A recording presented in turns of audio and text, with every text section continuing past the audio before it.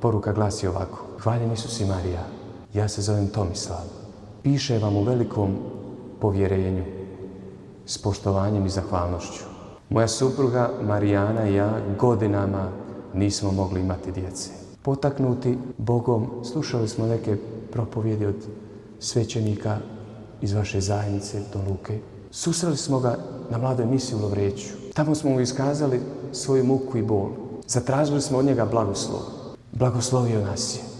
Dok nas je blagoslovljao, ja sam plakao. Osjetio sam Božji blagoslov i snagu u tom trenutku. I što da vam kažem? Moja supruga i ja u 47. godini života, 4.12.2025.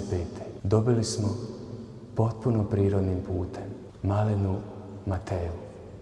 Božji dar. Ja čitam i suze mi teku niz lice. Jer sam se sjetio da sam se tužio Bogu.